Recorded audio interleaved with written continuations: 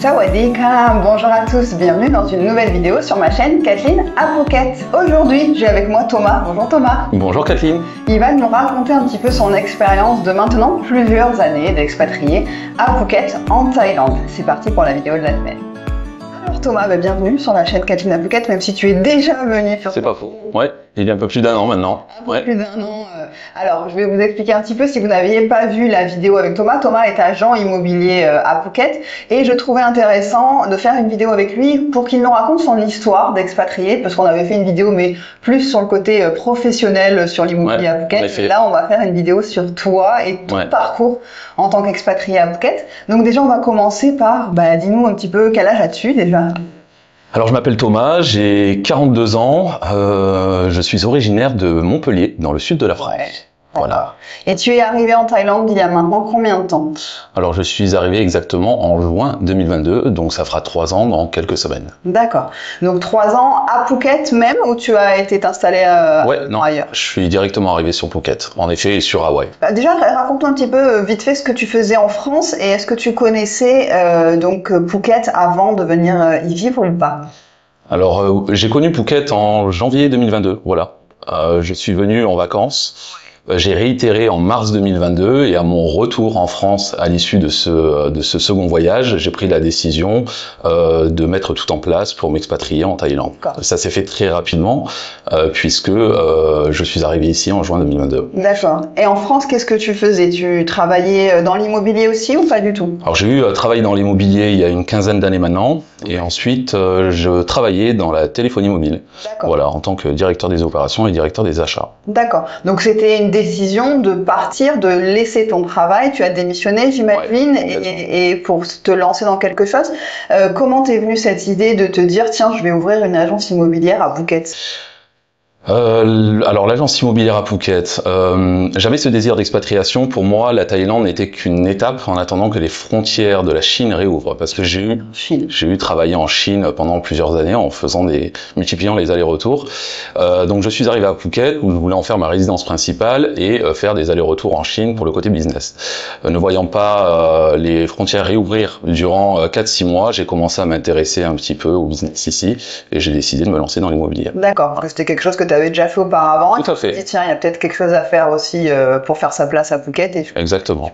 D'ailleurs, tu y es toujours dans ce... Et je suis toujours dans le secteur de l'immobilier. Exactement. D'accord. Et donc, quand tu as hésité un petit peu entre la Chine, est-ce que à Phuket, tu t'es dit Phuket c'est ici, ou est-ce que tu as hésité avec Bangkok, avec d'autres endroits, peut-être Koh Samui, des choses comme ça pour t'installer? Alors Bangkok absolument pas. C'est trop grand pour moi. Voilà, trop de pression. Je suis pas forcément un citadin. D'où tu viens? Montpellier. Montpellier, sud de France, donc petite ville de 400 000, 500 000 habitants. Rien à voir avec Bangkok. Donc non, je voulais pas cette pression des bâtiments, du bitume de partout. Et pourquoi Phuket? Parce que j'ai rencontré des personnes qui m'ont permis d'avancer beaucoup plus rapidement. Mon choix, s'est porté sur Phuket. J'avais déjà fait un voyage à Koh Samui et selon moi, c'est très bien pour les vacances, mais c'est très rapidement restrictif en termes de c'est assez petit. C'est sûr. Ok.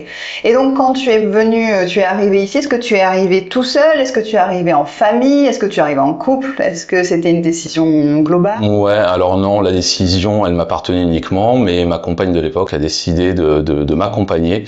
Malheureusement elle est partie au bout de 3 mois. Donc elle n'a pas aimé la Thaïlande en fait, elle n'a pas aimé cette vie. Elle n'a pas forcément supporté l'éloignement avec sa famille, etc. D'accord, c'est compliqué. Souvent plus compliqué d'ailleurs pour une femme que pour un homme. Mais du coup, vous avez des enfants? Non, alors pas ensemble, mais par contre j'ai 2 enfants, 2 petits garçons de 11 et bientôt 15 ans, avec mon ex-compagne. Qui elle est en France? Qui elle est restée en France. D'accord. En effet. Donc du coup j'imagine alors peut-être que tu rentres voir tes enfants assez régulièrement, ou est-ce qu'ils viennent? Ouais, j'ai pour habitude d'y retourner pendant les fêtes de fin d'année. Voilà. Et eux viennent une grosse partie de l'été, donc là ils arriveront mi-juillet jusqu'à fin août. Parce que ça doit être quelque chose aussi de dur à prendre comme décision de partir vivre loin quand on a des enfants qui sont pas forcément ados ou adultes, on va dire. Donc toi c'était quand même plus fort que tout, cette envie d'ailleurs. Ouais, complètement. Malheureusement pour eux, j'ai envie de dire. Oui. Mais après, c'est un choix que j'ai fait, que j'assume complètement. Ouais. Et c'est aussi pouvoir leur offrir potentiellement une opportunité d'expatriation dans les années à venir. Voilà, oui, avec une situation beaucoup plus confortable. Donc j'essaye de construire quelque part leur avenir. Ouais. D'accord. Et donc toi, cette expérience en Thaïlande, donc là tu t'es lancé dans une création d'agence immobilière. J'imagine que quand on ouvre quelque chose dans ce milieu-là à Phuket, où il y a déjà du monde qui est installé depuis longtemps, est-ce que c'était compliqué pour toi de réussir à faire ta place ou pas? Oui, ça n'a pas été de tout repos, ça n'a pas été simple, clairement. Après, j'ai eu la chance de rencontrer une personne avec qui j'ai vécu pendant quasiment un an, qui était déjà dans le secteur de l'immobilier et qui m'a énormément apporté dans le cadre d'une thaïlandaise, qui m'a beaucoup apporté dans le cadre de cette création, dans la compréhension du marché, qui a pu me présenter les bonnes personnes pour avancer beaucoup plus vite dans cet entrepreneuriat thaïlandais. Pas mal aidé. Ouais, faut reconnaître ça. Aujourd'hui, on n'est plus ensemble, mais ouais. Et là, elle y est pour beaucoup. D'accord. Et maintenant, tu es en couple actuellement ou tu es célibataire? On fait un appel, hein? Non, il est en couple. Non, je suis en couple. Ouais, voilà. Ouais, je suis en couple en effet. Ouais, depuis un peu plus d'un an maintenant. D'accord. Avec une Thaïlandaise. Avec une Thaïlandaise. D'accord. Ouais. Comment ça s'est passé pour toi, justement, le fait de se mettre en couple avec donc j'imagine que c'était aussi une première pour toi de se mettre en couple avec des Thaïlandaises, puisqu'avant tu étais en France avec des Françaises. Exactement. Voilà. Est-ce que ça a été un choc? Est-ce que ça a été compliqué? Est-ce que ça a été comme ce qu'on dit dans les vidéos, ce qu'on imagine, etc. Est-ce que tu as eu des déceptions? Raconte-nous un peu tout ça. Alors des déceptions, pas réellement, je dirais par rapport à ma première relation, oui, des déceptions par rapport à cette rupture, voilà, ça s'est passé, mais bon, c'est comme ça, c'est ainsi est faite la vie. Des déceptions, en fait, c'est des problématiques culturelles, dira-t-on, voilà, où des fois il y a des incompréhensions, d'une part, on ne parle pas la même langue, donc ça s'avère un petit peu compliqué. En général, les Thaïlandaises ont un anglais qui est pas forcément très poussé. Le mien ne l'est absolument pas, puisque je suis arrivé en Thaïlande avec un anglais, exactement, Frenchglish comme on dirait. Donc j'ai évolué en côtoyant des anglophones, etc. Mon anglais s'améliore, mais entre la langue et la différence culturelle, forcément, on est amené à rencontrer des petits problèmes, quoi. De compréhension, des fois qui mènent à des petites disputes, et voilà. D'accord. Voilà, comme dans tous les couples. Pour l'instant, tout se passe bien là dans ce couple-là.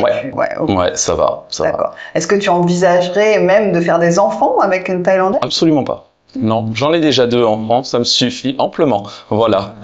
Bon, c'est bien. Elle n'a pas la volonté d'en avoir, donc ça me convient parfaitement. D'accord. Voilà, pourvu que ça dure. Et tu as appris un petit peu le thaïlandais aussi ou pas du tout? Du tout. Que dalle. Ouais, malheureusement, non, ça se limite à quelques mots, ouais. Tu t'es focalisé plus sur l'anglais, même si j'imagine que ta clientèle, elle est quand même majoritairement francophone. À 80%, elle est francophone. Par contre, je communique énormément avec des propriétaires qui, eux, sont thaïlandais, australiens, anglais, néo-zélandais, etc. Donc, la maîtrise de l'anglais est absolue. Ah oui, c'est obligatoire. Ouais, c'est obligatoire. Ouais. Et raconte-nous un petit peu une journée typique dans la vie d'un agent immobilier à Phuket quand tu travailles un jour de travail. Est-ce que ça change tous les jours? Est-ce que c'est ça aussi qui te plaît dans ce métier? Comment ça se passe? Alors on va pas se le cacher, c'est assez redondant. Déjà d'une part, vous pouvez voir au teint de ma peau que je ne passe pas mes journées sur les plages, voilà, de Nhe Arn. Non, mes journées sont rythmées. Je me lève relativement tôt le matin. Je fais mes petites séances de sport. Voilà, ça me permet de démarrer ma journée en toute sérénité. Et ensuite, la majorité du temps, je la passe au bureau. Voilà, derrière mon ordinateur en train à répondre à des emails, à faire du démarchage en ligne, et puis derrière faire des visites, accompagner des clients, faire des vidéo calls avec des clients qui se trouvent en France ou ailleurs dans le monde, voilà, pour leur amener un peu plus de détails sur les règles thaïlandaises en termes d'acquisition immobilière, création de société, etc., etc. Comment tu trouves le marché actuellement à Phuket? Parce que c'est vrai que tout le monde parle en ce moment d'un ralentissement au niveau des ventes immobilières. Est-ce que toi, qui es vraiment dedans, tu sens ça aussi? Alors un ralentissement au niveau des ventes, j'irai pas jusque là, mais je pense qu'en effet l'arrivée massive des Russes ukrainiens a généré une hausse en l'espace de 2 ans qui est inhabituel. Ouais, exactement. Et là, je pense qu'on a atteint la limite de cette bulle immobilière et que les prix ont tendance à repartir un petit peu vers le bas. Parce que ça se vend un peu moins. Bah, ça se vend moins, ouais. On voit surtout sur le nord de l'île, du côté de Bang Tao, des biens, par exemple, qui étaient proposés il y a quelques mois à 30 millions de bahts, donc l'équivalent peut-être de 700, 800 000 euros, je ne sais plus trop, qui aujourd'hui sont proposés à 25 millions. D'accord. Donc c'est quand même une baisse significative. Ouais. Et là, par exemple, pour que les gens puissent avoir une idée de prix, même si c'est pas une vidéo dédiée à l'immobilier, mais pour une petite maison, 2 chambres, 2 salles de bain avec une piscine sur Hawaï, est-ce que c'est des biens qu'on trouve à combien actuellement? On peut tout trouver. On peut tout trouver. Des fois, il y a des opportunités où on va pouvoir saisir ce type de bien à 8 millions, mais la moyenne se situe plus aux alentours des 11-12 millions à l'heure actuelle. Beaucoup plus élevé du côté de Phuket, Hawaï, plus spécifiquement. Parce que je suis vraiment spécialisé sur Hawaï et ses alentours. Ouais. D'accord. Et est-ce que tu as des hobbies en dehors de ton travail? Est-ce que tu as, au niveau social, est-ce que tu as créé un petit peu des relations, des amitiés, des gens que... Alors, hobby, non. Très axé sur le sport, voilà. Donc, salle de sport le matin. Je joue au badminton avec un groupe, voilà, où il y a des Français, des Anglais, Thaïlandais, etc. Donc, ça permet un petit peu de côtoyer différentes personnes. J'aime bien la randonnée également. Après, sinon, je suis assez casanier. Donc, il est vrai que j'ai rencontré des Français ici.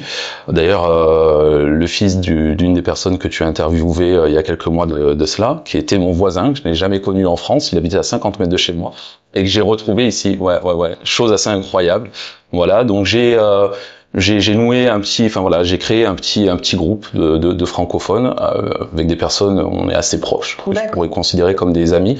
Mais après, je suis quelqu'un d'assez casanier et rentrer le soir chez moi, me retrouver avec ma compagne me suffit amplement. D'accord. Donc tu as pas senti cette solitude dont parle beaucoup de monde, de l'expatriation au début, où en effet c'est compliqué de rencontrer des gens, c'est compliqué de se recréer un petit cercle social. Et toi, tu n'as pas forcément ressenti cette solitude. Non. Alors après, c'est vrai que les premiers mois, j'ai erré quand même dans différentes zones, voilà, à fréquenter, on va le dire clairement, quelques bars, etc. pour aller à la rencontre de potentiels Français, pour me créer un petit cocon. Puis après, on fait rapidement le tri. Mais après, je suis encore une fois très casanier, donc j'ai pas forcément besoin d'avoir des liens sociaux. Je refuse d'ailleurs très souvent des invitations à des restaurants, etc. parce que je suis très bien chez moi. Chez toi. Ouais. D'accord. Voilà. Et est-ce que du coup là, tu te projettes sur vraiment du long terme à Phuket, ou est-ce que tu te vois bouger autre part en Thaïlande, ou même quitter la Thaïlande là dans tes prochaines années professionnelles? Comment tu vois la chose? Non, je suis clairement maintenant ici. J'ai investi de l'argent personnel pour créer ma structure juridique. J'ai créé une autre structure juridique sur Krabi. Je développe actuellement sur cette région-là. Donc non, c'est clairement un projet à long terme. Ouais. D'accord. Ouais. J'ai 42 ans aujourd'hui. Je peux plus me permettre de virer de bord. Ouais, nous sommes encore jeunes, mais voilà. Ce que j'ai créé pour le moment fonctionne. Et j'ai bien l'intention de faire évoluer encore cette société, et de la faire grossir le plus possible. D'accord. Et toi, est-ce que tu as, depuis ces 3 ans ici maintenant à Phuket, est-ce que tu as eu des ennuis avec des Thaïlandais, des choses qui se sont pas passées forcément comme tu l'imaginais quand on prévoit de vivre en Thaïlande, ou alors tout a toujours été, on va dire, cordial et... De manière générale, c'était plutôt smooth, voilà, comme on dit, tout s'est bien passé. J'ai eu quelques problématiques, notamment liées à ma première rupture. Où cette personne-là a été associée de ma compagnie, donc ça a été un petit peu problématique, voilà.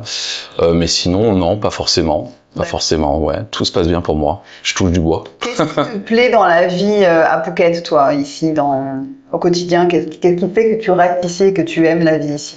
On va pas se le cacher, c'est d'une part la météo. Voilà, la météo qui est quand même plutôt favorable, une moyenne de peut-être 25-26 degrés sur l'année, j'entends bien, même peut-être plus. Les paysages, la manière de vivre des Thaïlandais, leur culture, ce côté sabai, qui peut de temps en temps nous énerver, en effet, voilà, en tant que bon franchouillard.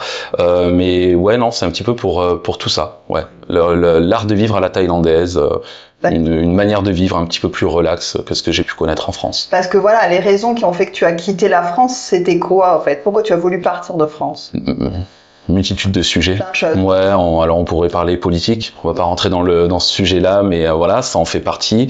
Le Covid qui m'a clairement mis, qui m'a mis un bon petit coup, voilà. Hein, donc j'ai absolument pas accepté cet isolement et les décisions qui ont été prises dans mon ancienne société, etc. Je ne me trouvais plus à ma place et encore une fois l'envie de découvrir le monde, quoi. D'accord. Ouais, tout simplement. Même si au final tu as envie là de rester à Phuket et pas forcément d'aller ailleurs que... Alors pas forcément à Phuket. C'est vrai que tu m'as posé la question tout à l'heure. Je souhaite rester en Thaïlande. Je suis très bien en Thaïlande. Après Phuket, peut-être que je serai amené à bouger. Voilà, dans des localisations peut-être un petit peu plus nature. Ouais, je sais. Comme Krabi. Ouais, j'adore Krabi. J'adore Krabi. Et c'est vrai que je connais pas personnellement. On s'est toujours dit qu'il faut qu'on aille découvrir parce que j'ai l'impression que ça commence à se développer un petit peu aussi vers là-bas. Ça se développe à vitesse grand V. C'est incroyable. Ouais. D'accord. Ouais. Je pense que dans les 3-4 ans à venir, là, ça va être une destination dont on va entendre parler sur YouTube et les réseaux sociaux.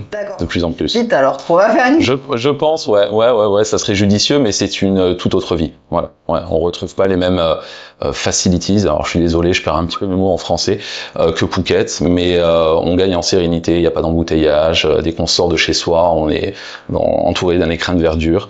Ce qui se perd un petit peu à Phuket avec le nombre de constructions. Ouais. C'est une vie un peu plus citadine à Phuket. Et beaucoup de gens qui aujourd'hui sont résidents sur Hawaï commencent à investir là-bas pour pouvoir y déménager dans quelques mois, quelques années, nettement moins cher. On retrouve les prix d'avant Covid, en fait, c'est ça? Ah, mais même moins. Ah, même moins. Ouais. Sur les terrains, par exemple, on peut trouver des prix jusqu'à 10 fois moins cher que ceux de Phuket. Ouais, 10 fois moins cher. Oui, bon, après, il y a peut-être pas tout ce qu'il y a à Phuket aussi. Donc, clairement, c'est incomparable, hein. C'est incomparable. Alors, est-ce que tu as une idée pour parler un petit peu budget de vie à Phuket pour un homme? Alors, tu es seul, même si tu vis avec ta compagne, mais est-ce que tu as une idée de combien tu dépenses par mois pour tout, Tu es propriétaire ou... Non, absolument pas. Non, j'ai pas cette chance-là. Ouais. Est-ce que tu sais à peu près combien tu dépenses? Plus ou moins dans les 120 000, 130 000 bahts par mois, voilà, à savoir que je loue une maison sur Chalong, typiquement thaïlandaise, mais assez grande, voilà, de manière à pouvoir accueillir mes enfants quand ils viennent. Donc j'ai une villa 3 chambres, sans piscine, je précise, et que bien entendu j'assume mes 2 enfants qui sont en France, donc la pension alimentaire, etc. Donc le tout inclus, je suis à peu près à 120 000, 130 000 bahts de dépenses mensuelles. T'as une voiture, un scooter? Ouais, j'ai une voiture, j'ai acheté une voiture. En tant qu'agent immobilier, c'est vrai que pendant la période des pluies, se déplacer en scooter, c'est quand même compliqué. Et puis ça me permet d'aller chercher des clients, etc. Et puis ça facilite les choses. Voilà, même s'il y a beaucoup d'embouteillages et quand il fait beau temps, je sors le scooter. Ouais. Est-ce que c'est ce à quoi tu t'attendais de dépenser en vivant en Thaïlande, ou est-ce que tu avais peut-être sous-estimé ou surestimé ton budget? J'avais clairement sous-estimé. Sous-estimé. Ouais, sous-estimé. Je me suis rapidement aperçu que les prix des locations sur Phuket étaient relativement élevés, même si on peut trouver de bons prix, mais on va devoir s'éloigner. Donc si c'est pour passer 1 heure aller, 1 heure retour tous les jours pour se rendre au travail, j'ai fait le choix de dépenser plus et de me rapprocher de mon lieu de travail. Ouais, voilà, c'est ça. Ouais, transport le matin et non, mais là tu es à Chalong et c'est vrai que Chalong, Hawaï, ça reste à côté. Ouais, c'est clairement à côté. Ouais, j'ai l'office qui est au niveau du rond-point, donc je suis à proximité. Et est-ce que tu as senti une augmentation aussi dans le coût de la vie en 3 ans ou pas forcément? Oui. Ouais, clairement. Ouais. Quand je suis arrivé, pour la petite anecdote, je louais une petite maison de chambre à 16 000 bahts de mémoire. Ouais. Aujourd'hui, le même produit localisé sur Hawaï se loue dans les 22-23 000 bahts. D'accord. Ouais, donc clairement, par rapport à l'immobilier, après, par rapport aux dépenses quotidiennes, un petit peu sur la restauration, sur tout ce qui est Thaï, c'est ridicule, hein, c'est du 10-20 bahts, donc c'est pas des augmentations, ça va pas nous changer la vie. Mais après, oui, il y a des biens de consommation courante où j'ai pu m'apercevoir qu'il y avait une petite hausse de prix. Et ça vient pas bouleverser mon budget. Ouais. Oui, non. Le plus gros dans tout ça, ça reste le locatif. Quoi. L'assurance santé, tu as une assurance santé ou pas? Joker. On va en parler après. Joker, toujours pas, ouais. C'est vrai, comme je sors souvent de la Thaïlande, j'ai ces fameuses assurances liées aux cartes bancaires, etc. Donc je me suis toujours dit, en cas de problème, mais il faudrait que je le fasse, parce que clairement, j'ai les moyens de me payer une assurance. Surtout qu'il faut le faire quand on est encore jeune. Ouais, je sais. Mais j'avais fait des devis et je suis jamais allé jusqu'à la signature. Voilà, je suis un peu laxiste par rapport à ça. Je suis vraiment désolé, je suis pas un exemple à suivre. Hein. Non, mais je tiens à le spécifier. Heureusement, mais il y a énormément de gens qui sont en Thaïlande et qui vivent à l'année sans assurance santé. Ouais. Alors quand on est jeune, on va dire, nous, je me considère encore dans les jeunes de Thaïlande. Ouais. On a ce côté de c'est pas grave, on n'est jamais malade, tout va bien. Mais il fait un accident de scooter. Ah non, mais ça va très vite. Et à savoir que j'ai eu 3 accidents en moto, voilà. Donc exactement. Donc je suis assuré sur mes véhicules, j'ai les permis de conduire, ça y a pas de problème, par exemple. Mais par contre, l'assurance santé, oui, c'est vrai que. Des choses graves en accident. Ouais, je me suis retrouvé à l'hôpital. Ouais, alors j'étais pas responsable, mais la personne qui était responsable de l'accident, ça lui a coûté 80 000 bahts, quoi. Ouais.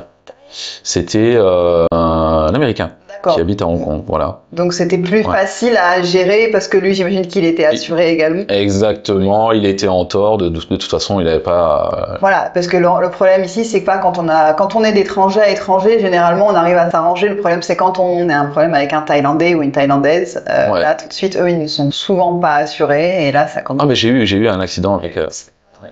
Le dernier accident était avec un Thaï et il était en tort et de suite je lui ai demandé tu veux qu'on appelle l'ambulance, la police, parce que lui est tombé de sa moto. Moi je suis une grosse moto donc j'ai réussi à rester sur mes 2 roues. Ils étaient 2 sur le scooter, ils se sont bien abîmés et quand j'ai parlé d'assurance de police, de suite ils m'ont dit non, même perai. Ah, ils ont dit que c'était pas grave, ils ont même pas voulu d'argent. Non, ils ont pas essayé de négocier parce qu'ils savaient clairement qu'ils étaient en tort, caméra. Et je suis pas un nouveau-né aussi ici, je connais quand même un petit peu la réglementation, donc voilà. Bon bref, peu importe, ça s'est bien passé. Parce que moi j'ai eu de la chance, mais pour en revenir sur les assurances, c'est vrai que ça peut aller très très vite en termes de coûts. Moi j'ai des connaissances qui ont dû faire des séjours à l'hôpital, c'est des sommes qui sont quand même assez importantes pour une cheville cassée, 400 000 bahts. J'ai ma compagne qui a eu le Covid la semaine dernière, elle a été hospitalisée une nuit au Bangkok Hospital. 24 heures à l'hôpital, 31 000 bahts. Voilà, hein, juste pour une petite perfusion et une nuit dans une chambre d'hôtel, quoi. Hein. Oui, c'est ça. Qualifié hôtel d'hôtel. Là, ça fait ouais. Donc ça peut aller très vite et clairement, ça serait une cotisation plus ou moins annuelle à mon âge. Hein. Je serais aux alentours des 40 000 bahts. Exactement. Ça serait le prix à mon âge. Vous pouvez réfléchir à 2 fois. Je vous encourage à souscrire une assurance. Et d'ailleurs, à contacter Kathleen. Contactez-moi. Moi, vous savez que je suis partenaire d'AXA Thaïlande. Donc, si vous avez besoin d'une assurance santé, même assurance voiture ou scooter, vous m'envoyez sur ma page, sur mon site internet, vous avez une page assurance santé en Thaïlande et vous pouvez remplir et je reviens vers vous et on peut faire un devis, on peut en parler au téléphone, etc. Et toi, on va en parler parce que assurance santé. Sans aucun problème. Ok.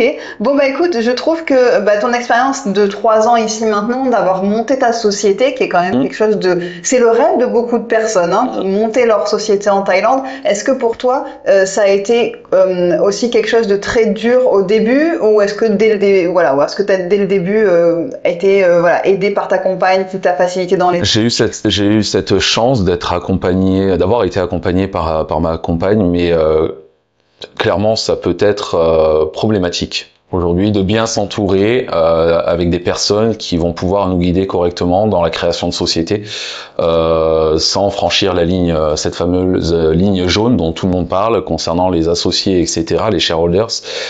Donc je pense que c'est si vous avez ce souhait-là, c'est vraiment quelque chose qu'il faut planifier, étudier bien en amont et ne pas arriver ici les mains dans les poches comme moi je l'ai eu fait. Voilà, j'ai eu la chance que tout soit bien passé, mais voilà, c'est pas le cas de tout le monde. Et est-ce que tu crois qu'il y a de la place encore pour se lancer dans l'immobilier à Phuket? Parce que ça, on me le demande aussi. C'est un secteur qui est très compétitif, mais comme celui de la restauration l'est. Voilà, il y a beaucoup de restaurateurs qui souhaiteraient venir s'installer ici, monter leur restaurant. Bon, en basse saison, je vois énormément de restaurants qui sont complètement vides. C'est bien. Ouais, voilà, et c'est un petit peu pareil pour l'immobilier, quoi. Ouais. Je pense qu'il y a son épingle à sortir du jeu. À sortir du jeu, voilà, pardon, je cherche mes mots. Mais va falloir travailler dur. En tout cas, si vous êtes intéressé, parce que vous savez, j'avais fait une vidéo avec Thomas, mais là, c'était pas forcément le sujet, mais si vous êtes intéressé pour acheter, vendre votre maison, louer en Thaïlande, tu fais la location aussi? Aussi, ouais.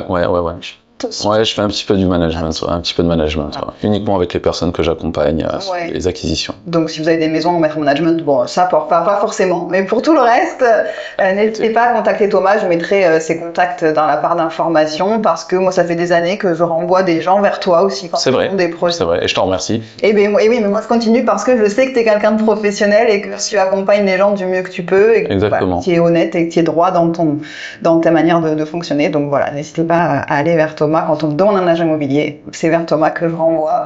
Donc... Merci et vous êtes les bienvenus, n'hésitez pas. Et écoutez, je vous remercie d'avoir regardé cette vidéo jusqu'au bout. Merci Thomas d'avoir participé à cette vidéo. Merci à toi de m'avoir invité. Chaîne dans un an pour voir la suite du marché de l'immobilier. Si c'est cassé complètement la gueule ou pas, on verra. On verra, mais je ne pense pas. Restons positifs. C'est ça. Merci à vous d'avoir regardé cette vidéo jusqu'au bout. Je vous souhaite une très belle semaine et je vous retrouve samedi prochain 11h pour une nouvelle vidéo. Portez-vous bien. Merci, bye bye.